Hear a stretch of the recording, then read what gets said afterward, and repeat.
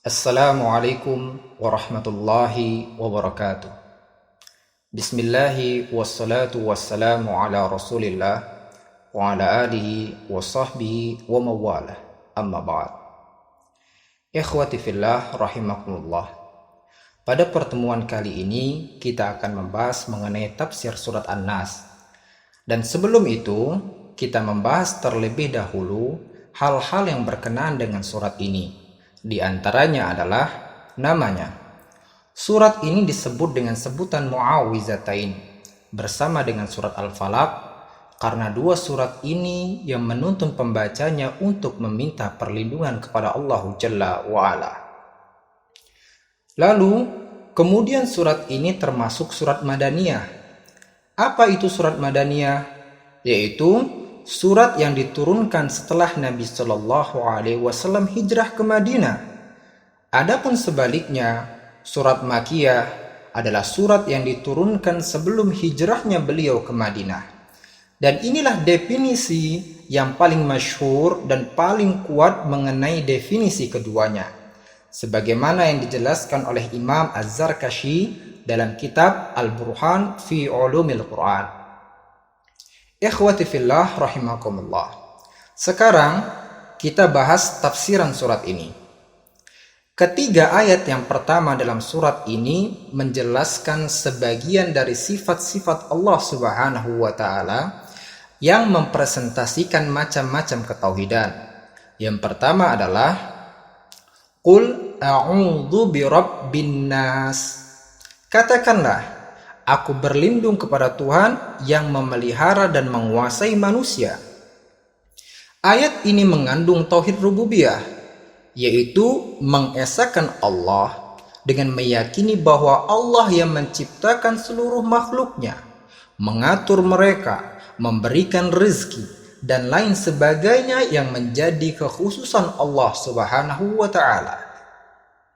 Kemudian ayat yang kedua, Malikin Nas, yaitu Raja Manusia.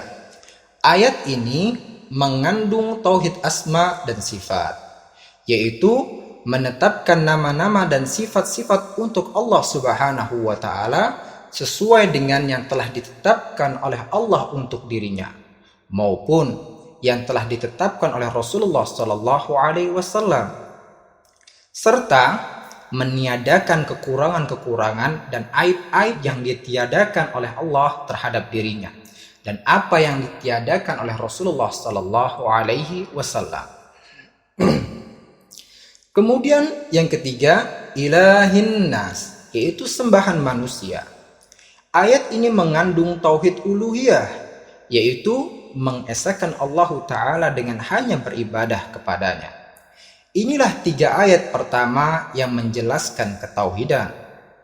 Lalu pada ayat yang selanjutnya Allah Subhanahu wa taala berfirman, min syarril waswasil khannas, yaitu dari kejahatan bisikan setan yang biasa bersembunyi atau al-khannas.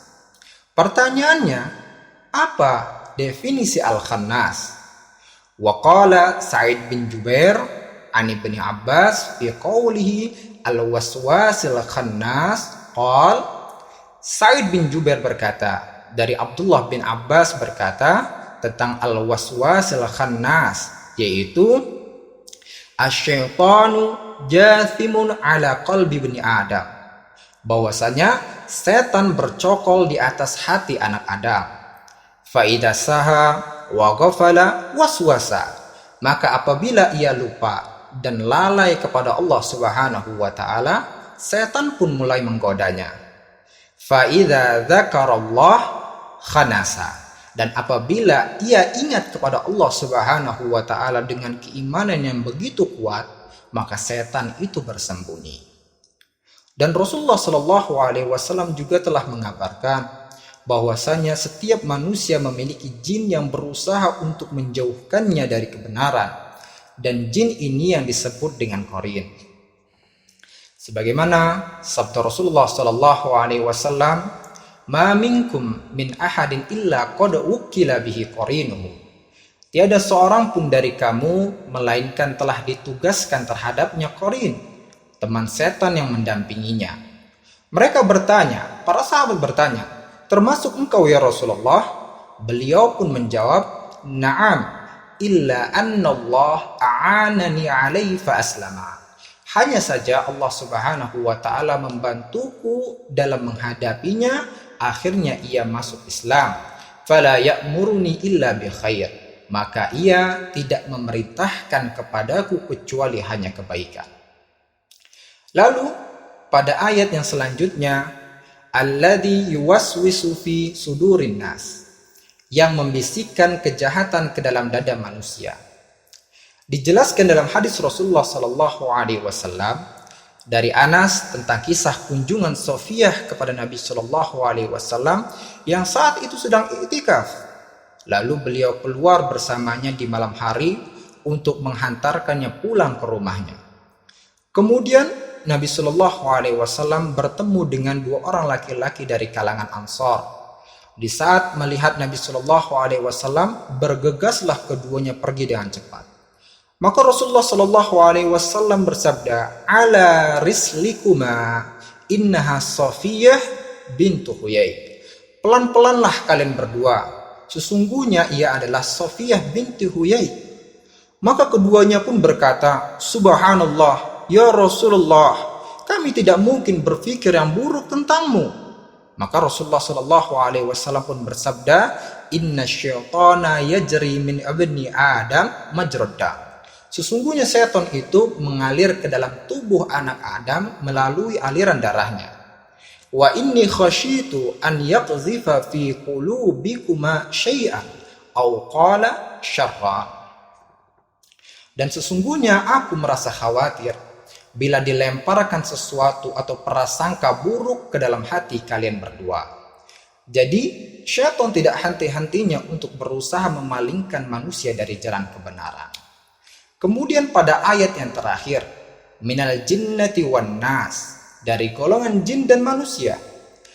Pertanyaannya, apakah yang menggoda keburukan itu dari golongan jin dan manusia? Jawabannya, iya benar, dari golongan jin dan manusia.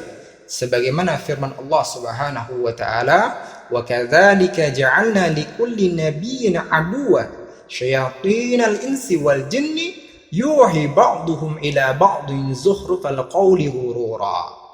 Dan demikianlah kami jadikan bagi tiap-tiap nabi itu musuh, yaitu setan-setan dari jenis manusia dan dari jenis jin. Sebagian mereka membisikkan kepada sebagian yang lain perkataan-perkataan yang indah untuk menipu manusia. Ikhwati fillah rahimakumullah. Inilah penjelasan ringkas mengenai tafsir surat An-Nas. Semoga memberikan manfaat bagi kita semua. Sekian. Assalamualaikum warahmatullahi wabarakatuh.